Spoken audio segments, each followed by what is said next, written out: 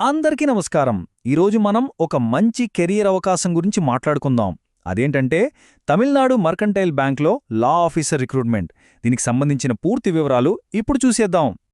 Banking సెక్టార్లో legal career కోసం చూస్తున్నారా? అయితే ఇది ఖచ్చితంగా మంచి అవకాశమనే చెప్పాలి. వాళ్ల కెరియర్ ఆశాలకు సరిగా సరిపోయే ఈ ఉద్యోగ ప్రకటన వివరాలేంటో ఇప్పుడు చూద్దాం. సరే, ఇంకా ఆలస్యం చేయకుండా నేరుగా విషయంలోకి వెళ్ళిపోదాం.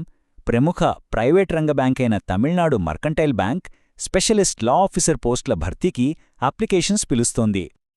మరి ఈ కొత్త అవకాశం గురించి వివరంగా చూస్తే పోస్టు పేరు లా ఆఫీసర్. ఇది మేనేజర్ స్కేల్ స్థాయి ఉద్యోగమన్నమాట.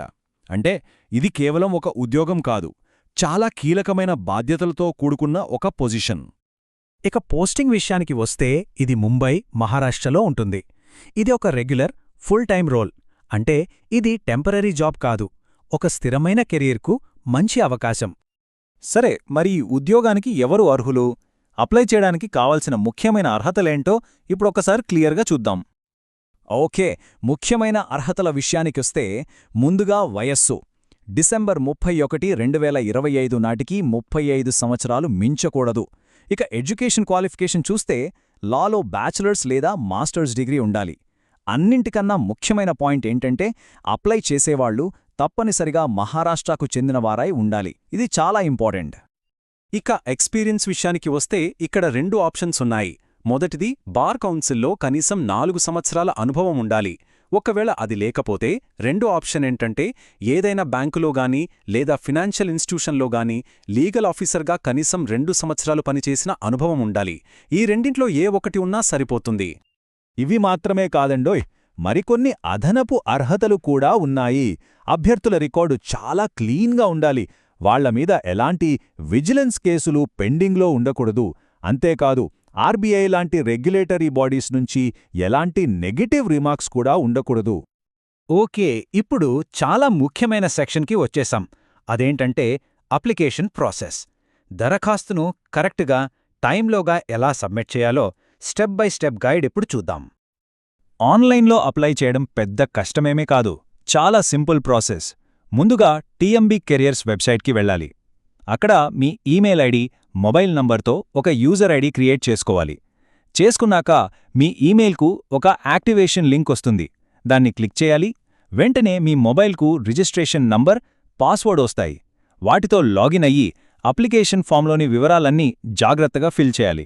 ఫైనల్గా కావాల్సిన డాక్యుమెంట్స్ అన్నీ అప్లోడ్ చేసి అప్లికేషన్ సబ్మిట్ చేయడమే. మరి అప్లికేషన్తో పాటు ఏమేం డాక్యుమెంట్స్ అప్లోడ్ చేయాలో చూద్దాం. ఏజ్ ప్రూఫ్ కోసం మీ 10th లేదా ఇంటర్ మార్క్షీట్, మీ డిగ్రీ సర్టిఫికెట్లు, ఎక్స్పీరియన్స్ సర్టిఫికెట్స్, పాత కంపెనీల నుంచి రిలీవింగ్ లెటర్స్, ఇంకా చివరి నెల శాలరీ స్లిప్. ఇక్కడ ఒక చాలా ముఖ్యమైన విషయం గుర్తుంచుకోవాలి.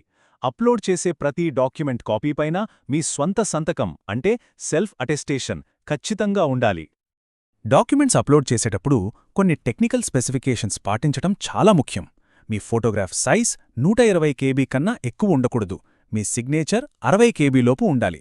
ఇక మిగతా డాక్యుమెంట్స్ అన్నీ 250 KB లోపు ఉండేలా చూసుకోవాలి. అప్లికేషన్ రిజెక్ట్ అవ్వకుండా ఉండాలంటే ఈ చిన్న చిన్న టెక్నికల్ డీటెయిల్స్ మీద కొంచెం శ్రద్ధ పెట్టాలి. ఇక్కడొక సూపర్ న్యూస్ ఉంది. ఈ ఉద్యోగానికి అప్లై చేయడానికి ₹1 కూడా ఫీజు కట్టక్కర్లేదు. అవును, అప్లికేషన్ ఫీజు పూర్తిగా 0. ఇది అప్లై చేసేవాళ్లకు చాలా పెద్ద ప్లస్ పాయింట్ కదా. సరే, అప్లికేషన్ సబ్మిట్ చేశాక ఆ తర్వాత ప్రాసెస్ ఏంటి? ఇప్పుడు మనం సెలక్షన్ ప్రాసెస్ గురించి వివరంగా తెలుసుకుందాం. అప్లికేషన్స్ అన్నీ స్క్రూటినీ చేశాక షార్ట్ లిస్ట్ అయిన క్యాండిడేట్స్కి పర్సనల్ ఇంటర్వ్యూ కోసం కాల్ వస్తుంది. ఈ ఇంటర్వ్యూ నేరుగా ఆఫీస్లో జరగవచ్చు లేదా వీడియో కాన్ఫరెన్సింగ్ ద్వారా కూడా నిర్వహించవచ్చు. ఇంటర్వ్యూ ఎలా, ఎప్పుడు, ఎక్కడ అనే వివరాలను సెలెక్ట్ అయిన వాళ్లకి వాళ్లే పర్సనల్గా తెలియజేస్తారు.